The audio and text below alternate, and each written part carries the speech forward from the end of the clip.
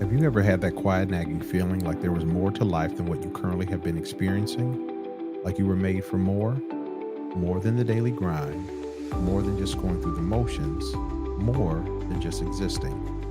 What if the life you're living right now isn't the life you were designed for? What if you were made for more? Welcome to the Remarkable Life Podcast, where we explore what it means to live intentionally, lead boldly, love deeply, and leave a legacy that matters. I'm your host, Warren Curry. I'm a pastor, entrepreneur, husband, father of six, and a man on a mission to help you live boldly, lead confidently, and build something that lasts. Each week, I'll share real conversations, biblical insights, personal stories, and practical strategies to help you become everything God designed you to be. You weren't made to settle, you were made to live a remarkable life. Subscribe now and let's grow together. It's time to stop settling for average and start stepping into the life you were created to live.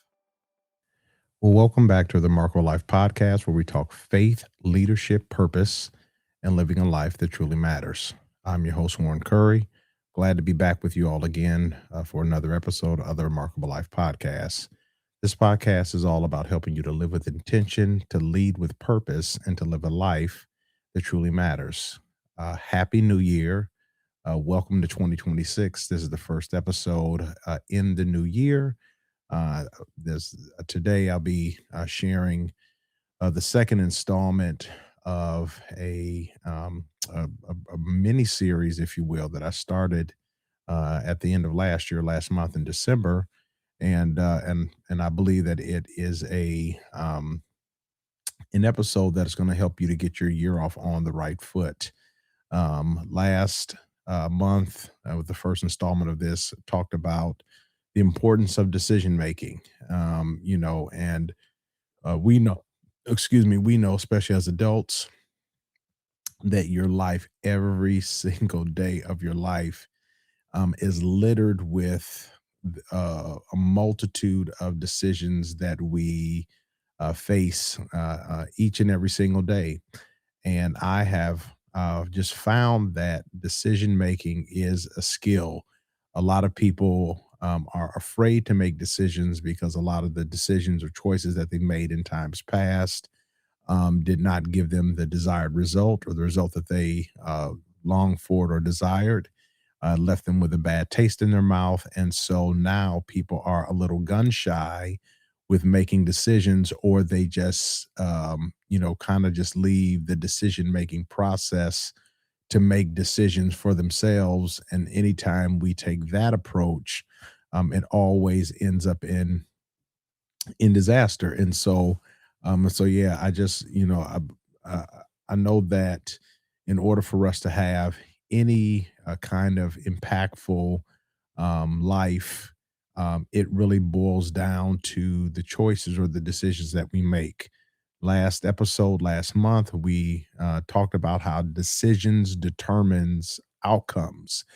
And if we don't make the right decisions, or at least decisions to the best of our ability, based on the information and the data that we have available when it comes time to make those decisions, we will find ourselves in our lives, just living in disarray. So I'm looking forward to being able to just share information with you guys today that hopefully will be helpful to you, beneficial, and help you to make better decisions in this new year. So again, happy new year. Welcome to 2026.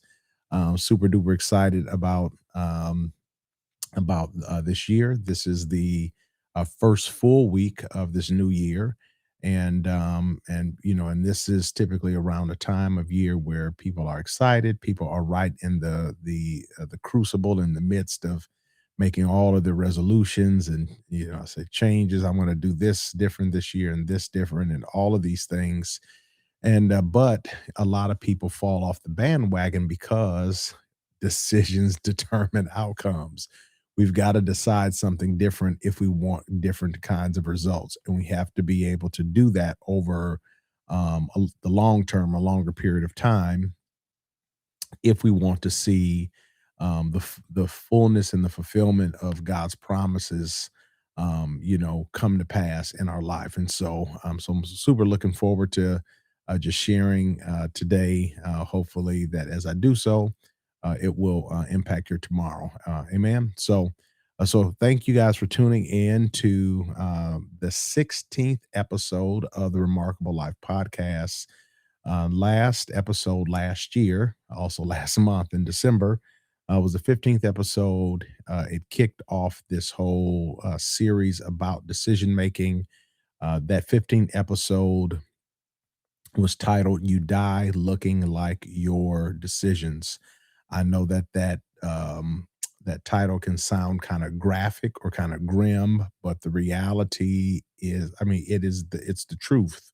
It's a reality that you die looking like your decisions. And that phrase came from a sermon that I heard from I think Bishop Dale Bronner out of Atlanta, Georgia, some years ago, where he made a simple phrase, and it was this: that when you're born looking like your mother and father, but when you die looking like your decisions.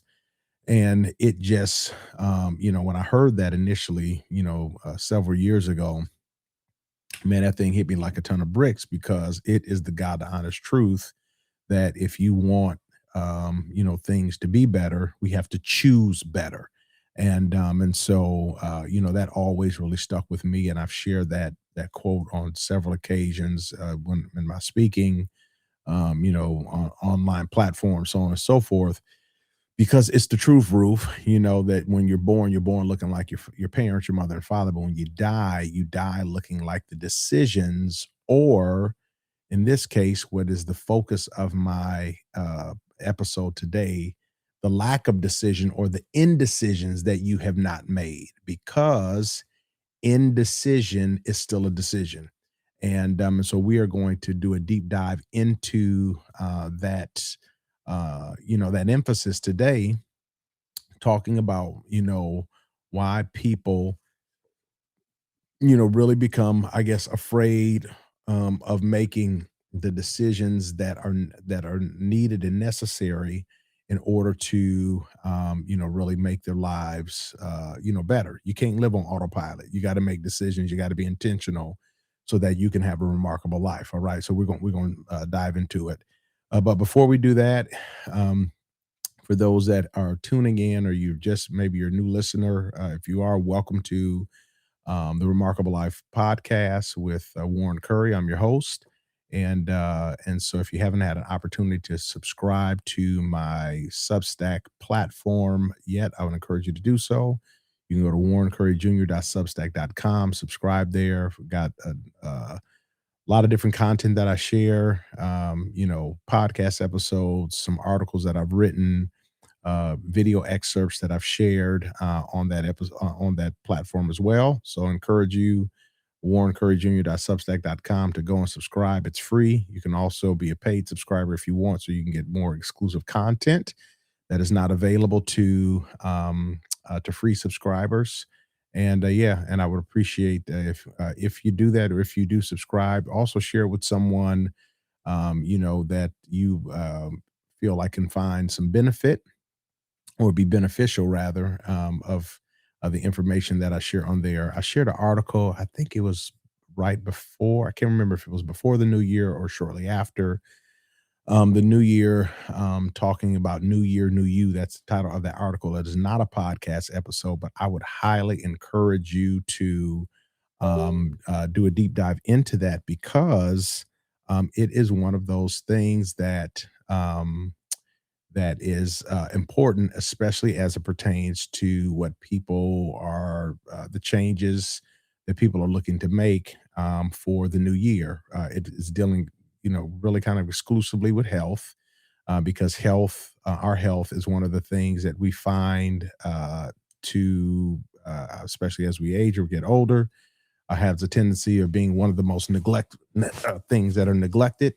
And so I share some tips, some tools that hopefully that will encourage and inspire you in your health journey. You only get one body.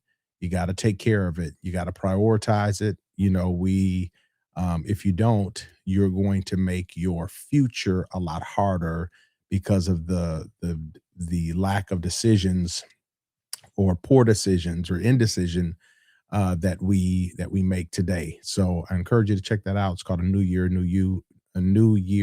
Fantastic article that I shared for the new year. All right. So yeah, and that's on the Substack platform as well. Warren Curry Jr. Substack.com. All right. So let's get into it. So indecision is a decision. The reality is that, uh, uh, all of our lives we're faced with a ton of different decisions that we have to make, each and every day. And some people find decision making a lot easier, than other people. It's just the truth. But certain, but other people don't find decision making as easy. I believe that some of it is temperament, some of it is personality, but a lot of it I also believe is people's past trying to dictate their future. People have made decisions in the past. Some of us have been erratic or sporadic with the decisions that we've made, and it brought about less than desirable results or very painful results. And so it has made us, if we could just keep it 100, just really made us afraid to make decisions today. And so you have to get over that fear. You have to get over the hesitancy. You have to get over the uncertainty. You have to get over those things if you're going to be effective and live a remarkable life. Because people who are living remarkable lives or exceptional lives, their lives are riddled with the decisions that they make every single day. Where they're going to live, what school they're going to put their kids into. Are they going to start this business? Are they going to stay at this job? Are they going to leave this job? Are they going to go for the promotion? They're going to go back to school. Who are they going to marry? Are they going to remain single? What is their diet going to consist of? What kinds and types of financial vehicles that are available should I put money into? To invest and save for my future. Right? There are so many different decisions that we have to face, each and every day or every week, every month, of our lives. And, the excuse of, hey, I'm just going to leave it to someone else, or I don't know anything about that. That cannot be your approach.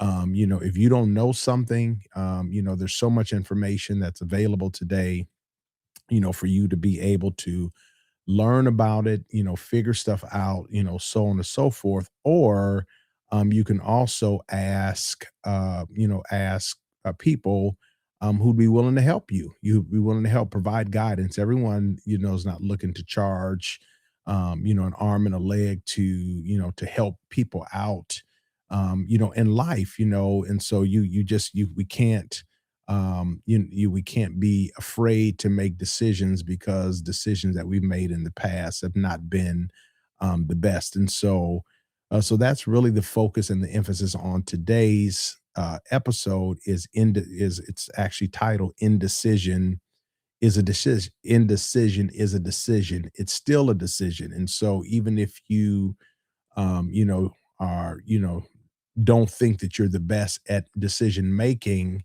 one thing we cannot afford to do is be indecisive or not make a decision, because as we do that, we are still making a decision. And so I know that a lot of the some of us are super analytical.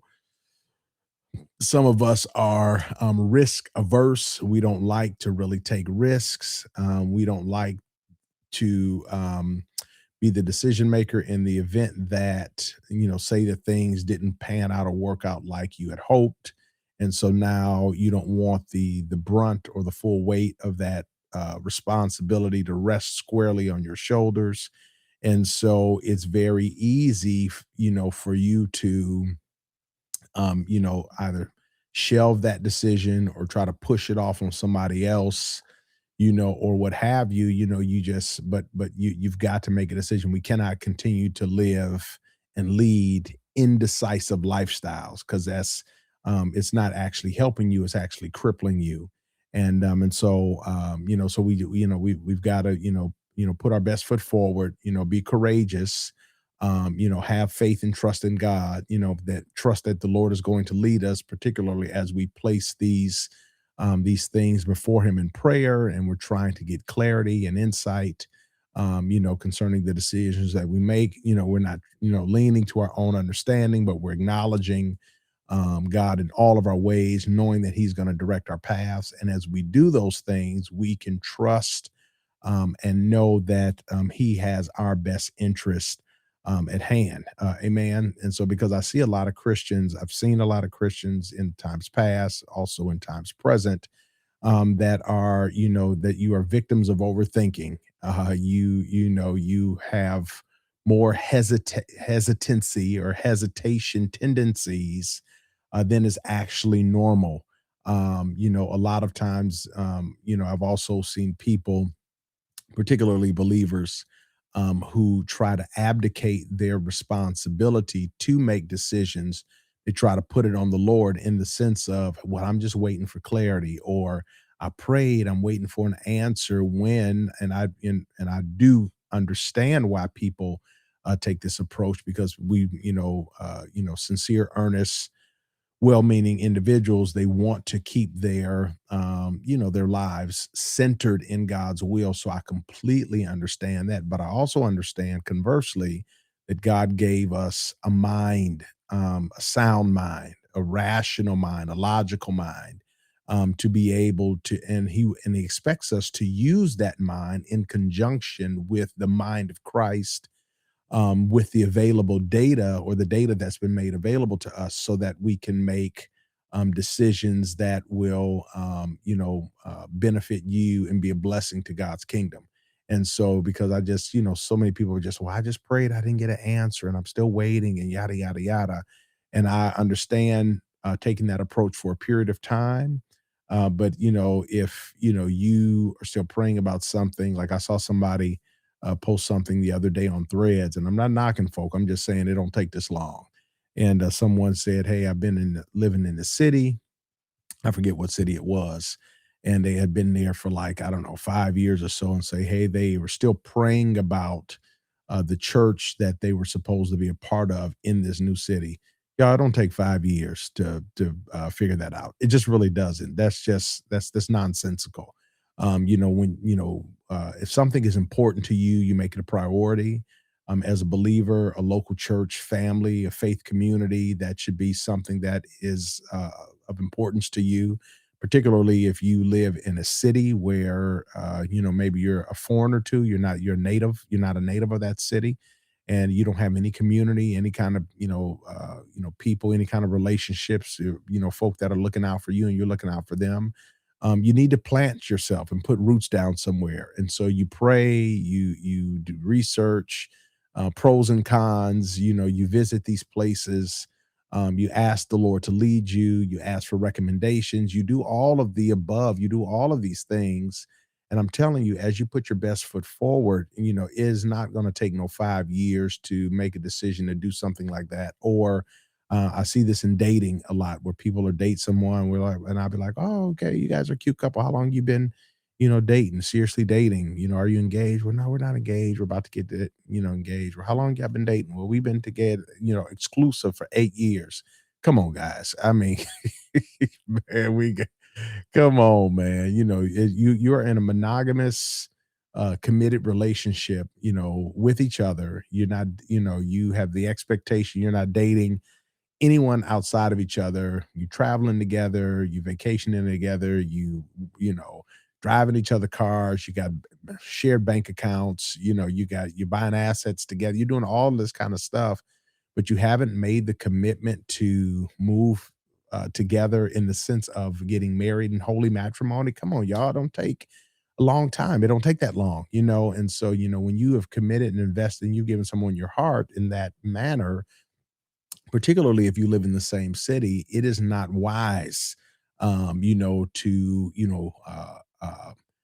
weave together every aspect of your life for that long periods of time like that without making the decision to move forward in marriage, because when you like that, other aspects of the romantic relationship like sexual intercourse and stuff, that's inevitable, and you want to walk and live upright before God and not find yourself fornicating and getting into sin and sinful practices. And so it's like, hey, if you know, and your families have gotten buy-in, and you've gotten counsel and all of that, make the decision and move forward, and really commit to each other in marriage, and don't be like, hey, well, we've been engaged for 9 years. We got to do something better. And I know, again, a lot of times, particularly if people have been divorced or they have had a really painful romantic past or relationship in the past, they are gun shy, right? They're hesitant. They're like, man, I don't want to, I'm afraid to do this again. And they may not actually say those words.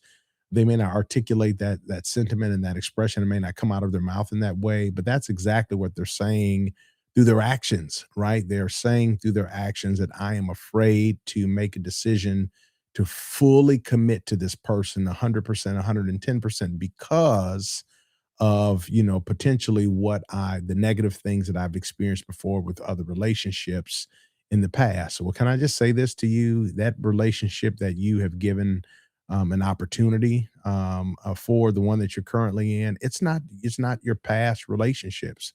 You can't make your present person pay for past pain from other people. That's not fair to them. That's not fair to you. You have to wipe the slate clean, wipe the chalkboard or the whiteboard clean, and start all over again. And you're starting over with this person you've already, made the decision to move forward, and you're in some kind of romantic committed relationship with them. Go ahead and go all the way and say I do to each other, so that you can experience the full measure and blessing from the Lord that comes upon a couple's marital union. Okay. And so, but I get it. People are, they can be indecisive, and it can be very frustrating, particularly when I see this with women, because they're just like, women, they don't, for a lot of them, I don't want to make the generalization, for them, it don't take that long. They'll be like, "Yeah, I'm just, we've been together 6 years. I'm just waiting on him to pop the question." I'll be like, "Bro, what are you doing?" You know what I'm saying? We can do better. And I'm just hoping that this episode encourages you, challenges you, exhorts you to be able to move forward, move past the fear of repeating past mistakes, so that you can, really live and lead a remarkable life, in with all of the blessing and the benefit that God has, in store, for you. Amen. I just, I really want, want that for you. Let me just read this text. Deuteronomy 30:19, chapter 30, verse 19 says, "Today I've given you the choice between life and death, blessings and curses. Now I call on heaven and earth to witness the choice that you make. Oh, that you would choose life, so that you and your descendants may live." That was Moses, who's given credit for authoring Deuteronomy, is writing that to the people of God that he's leading under the inspiration of the Spirit of God, and saying that I've given you the choice between life and death. And if you don't know which path to choose, choose life, so that you and your descendants may live. Life in your finances, life in your relationships, life with the kinds of things we put into our bodies, life with the friendships, or the whatever kind of working relationships that we put ourselves into a relationship with. Removing ourselves from toxicity, removing ourselves from confusion and chaos, and relationships that are cumbersome, and that drag us down, and you have to expend all of this energy, because this person is still immature and carnal, and confusing and chaotic. No, Deuteronomy encourages us. It says, choose life so that not so that just you can live, but so that you and your descendants, the people who are attached to you, the people who are going to benefit from your obedience or the decision that you make. It says, choose life so that you and your descendants can live. And I would just fill in that blank, live a remarkable life, because that is the kind and type of life that God has designed for us to live. And this, the truth is that we can't live that way if we constantly have our lives earmarked by indecision. And and because indecision, y'all, is still a decision. And when we are indecisive, particularly, and I'm not talking about, for a short period of time while you're trying to mull over in your mind and trying to figure out what's the best path forward or what's my, you know, best next step. I'm not talking about that. I'm talking about you have to make a decision, and you just shelve the responsibility. You just put that thing on the back burner, and you just like, hey, you know what, this thing, you kind of just put your life on autopilot or put it on coast, and you're just like, oh, I'm not going to do this like ever, or you're going to wait until your hand is forced for you to actually have to make a decision. And as you do that, as put those things on the back burner, the things that you should be facing, so that you can make the decision on, time keeps moving, opportunities keep passing you by. And then what happens is you actually give the power and the authority to other people to start make decisions for you.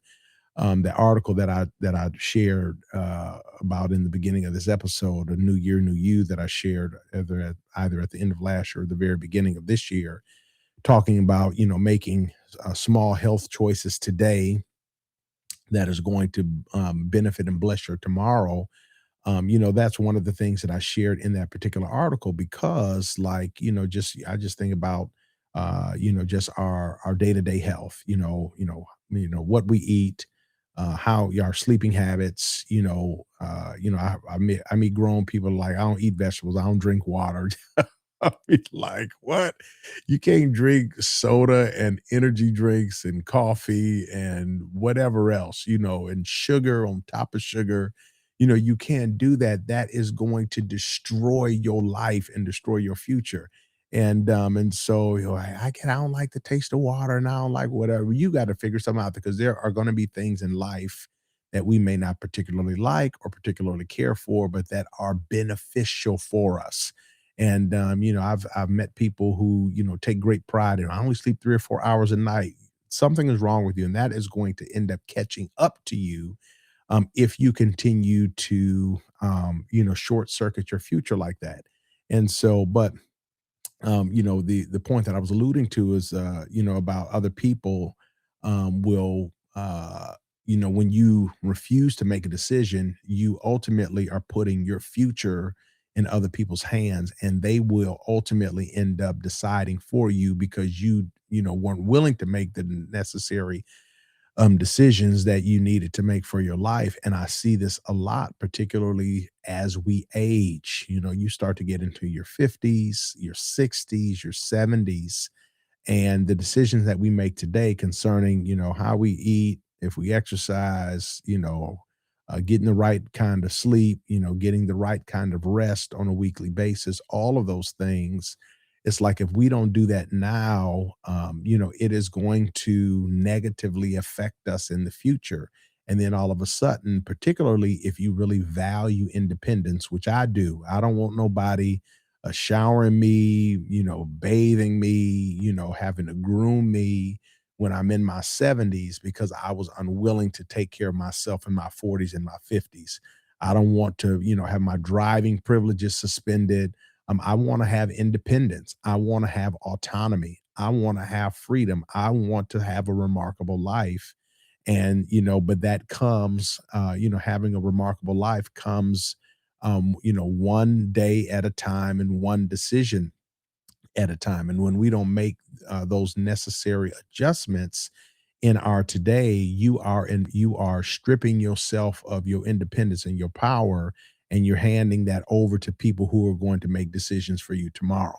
And I see it all the time. I've been in a position where I'm the oldest of four of my parents out of their children, and I've been blessed enough and fortunate enough to see my parents age and to be able to care for them as they've aged. But my mom, she passed relatively young, 62 years old. She's been deceased 9 years now. My dad's got a birthday coming up in a couple of weeks. He'll be 74. He's got his own health challenges and stuff. And as I see their mortality, these people who I've known obviously my whole life, and I see other people, other relatives or friends or, people that I've known for decades now, and I see them slowing down, or I see a lot of things, them starting to really break down because of, not properly, making the decision to care for themselves as they were younger. I'm just like, nah, man, later for that. I don't want that. And so we have to be decisive, not be afraid to make decisions, as we so that we can move forward in a healthy, vibrant, and productive manner, in our lives. And again, I know that a lot of people really struggle with this or deal with this because they are experiencing, for some folks, real a mental or emotional block, as it pertains to, making these decisions. There's a fear of repeating past mistakes. You've been wrong before. Well, hello, join the club. We've all been wrong before, been wrong, been there, done that, got the t shirt for. All of us have been wrong before. All of us will be wrong in the future at some point. But just because we've were wrong or didn't make the best choice or, made a decision based on the partial data or information that we had.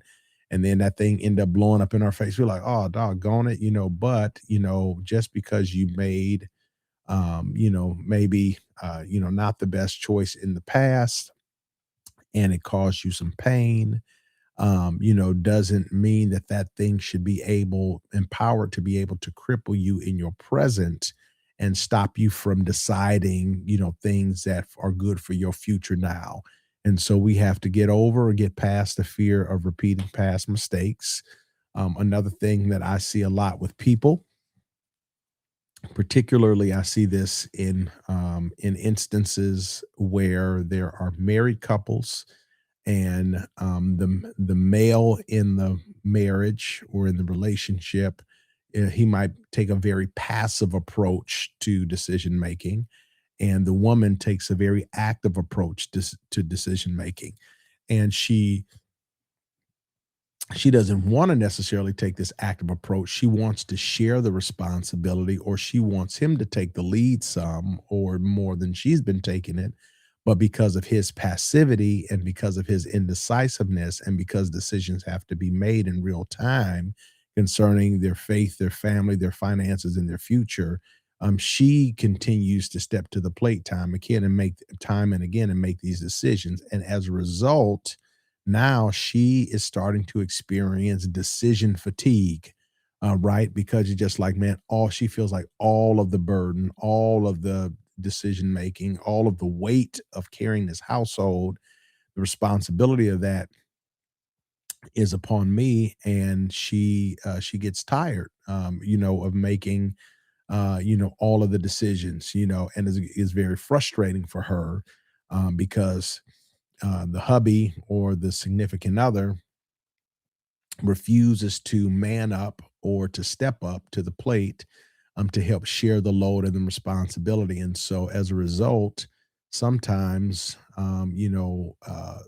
the person's family or their household is put on autopilot, because of decision fatigue. And so, that's just obviously it's not a good thing. They need to be able to move past that so they can make decisions that benefit their future.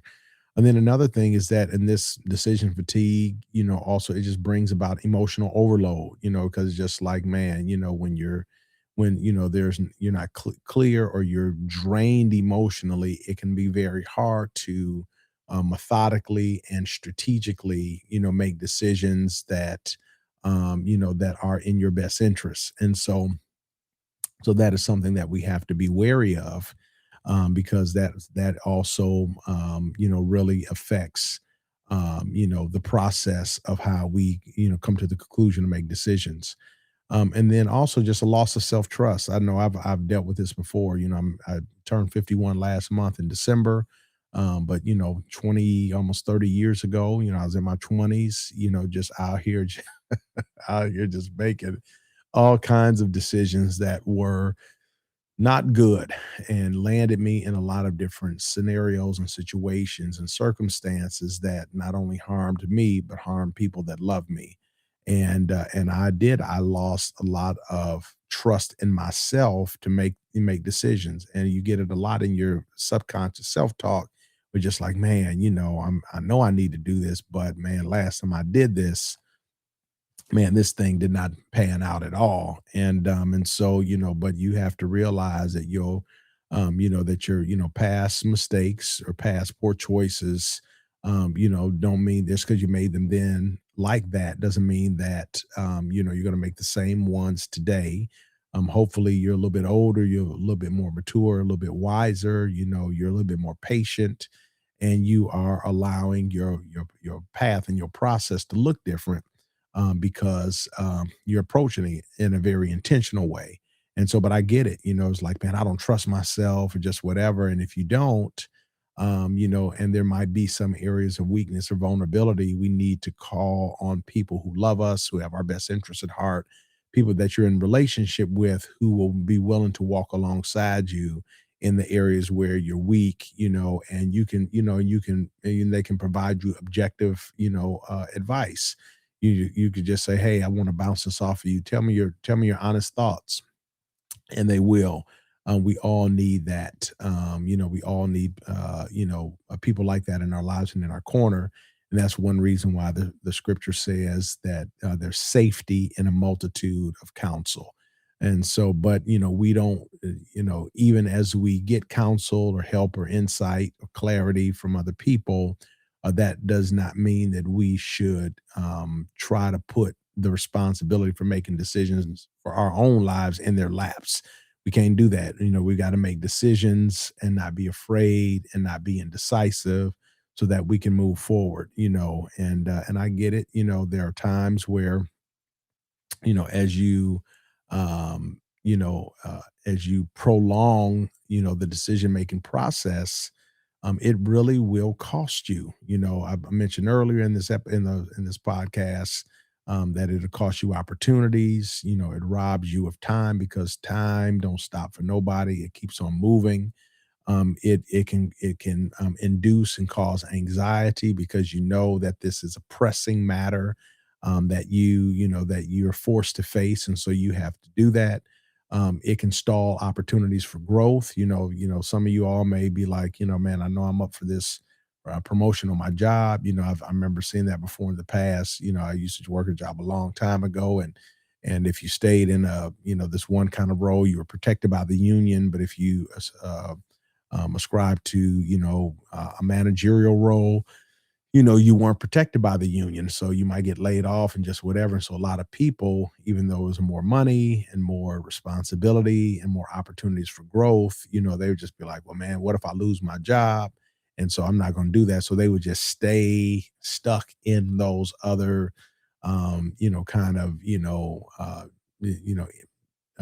j- open door or job entry or whatever you call them, roles, versus trying to really grow and expand, as a professional.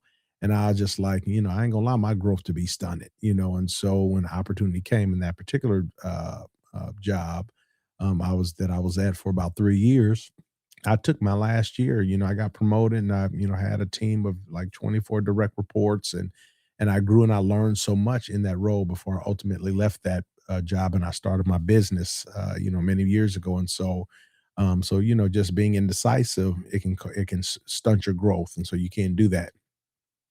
And then it also, we just talked about how it can just exhaust you emotionally and all of that. And so that's, later for that stuff, man, we have to keep those things behind us, and so that we can move forward into the opportunities that God has, ahead of us. And so I just want to challenge the listeners that are out there. Maybe you are at a crossroads in your life, and you are forced and faced with having to make some decisions that you are, probably, if you keep it honest, you're really kind of terrified to make.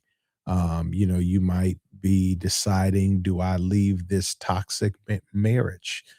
You've exhausted all of your options. Your significant other, your spouse, they haven't shown any kind of resolve or willingness to change or adapt, or to do whatever. And you guys have, you didn't just have a hit a rough spot, but it's been long, drawn out, rough, tiring seasons.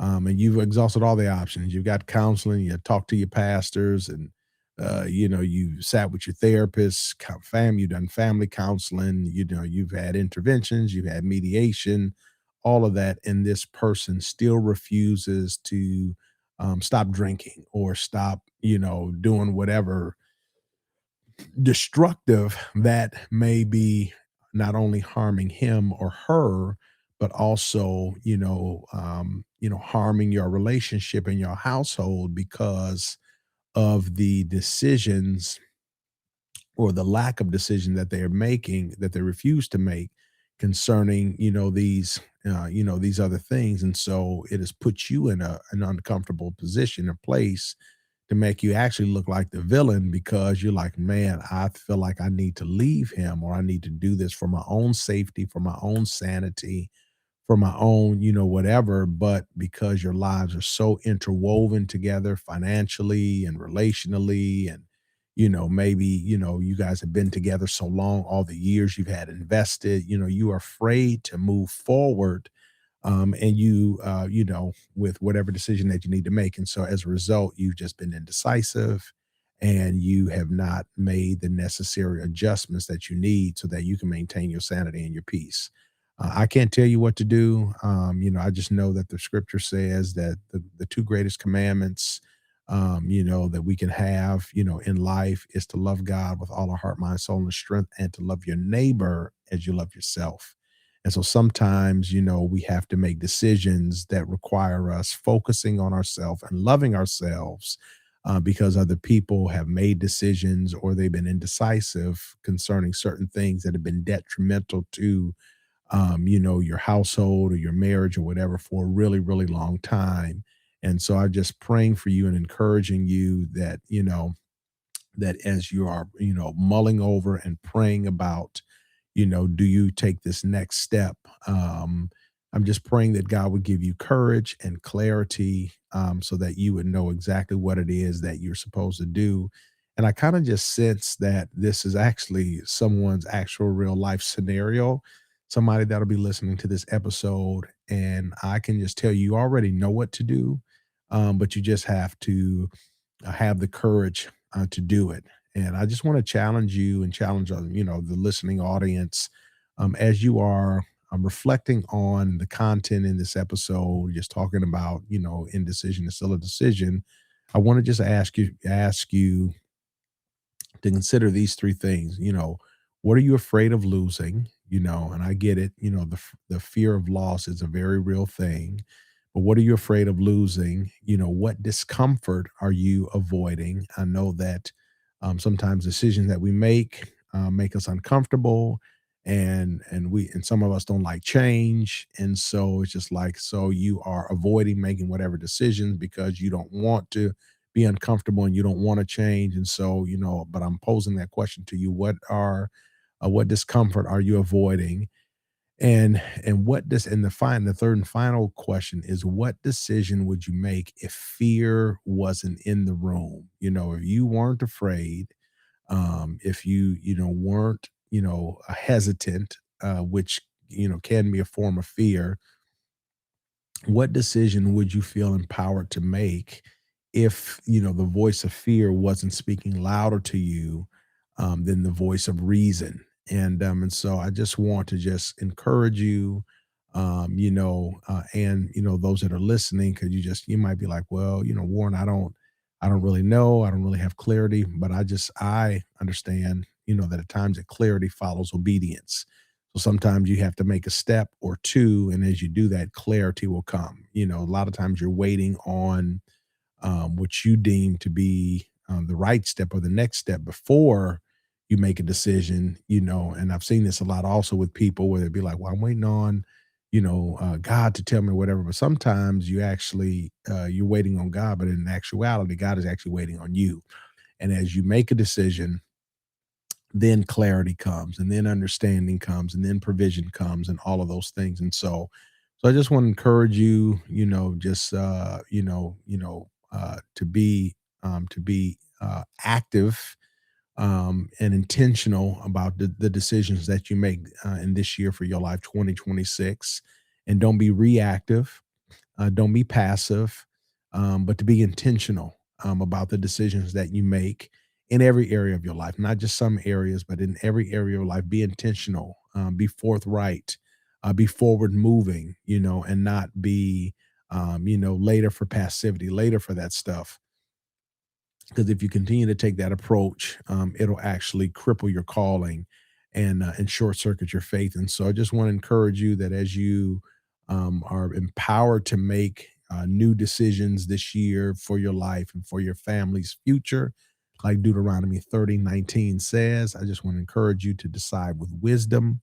I want to encourage you to decide with faith, and I want to encourage you to decide with the Holy Spirit leading you every step of the way, and just knowing that you have the promise from the Lord that in every decision that you make, that He'll never leave you and He will never ever forsake you. And He didn't just say that as hyperbole; He actually meant it. He's always with us even when we're in the valley of indecision, and He is giving us the wisdom that is needed and necessary so we can make the decision that we need to make so that we can move forward into our futures. And so that's all that I have for today. I'm just, I hope that, something that I shared or said was encourage you, bless you, challenge you to not be passive and not to be reactive, but to be intentional about your life this year.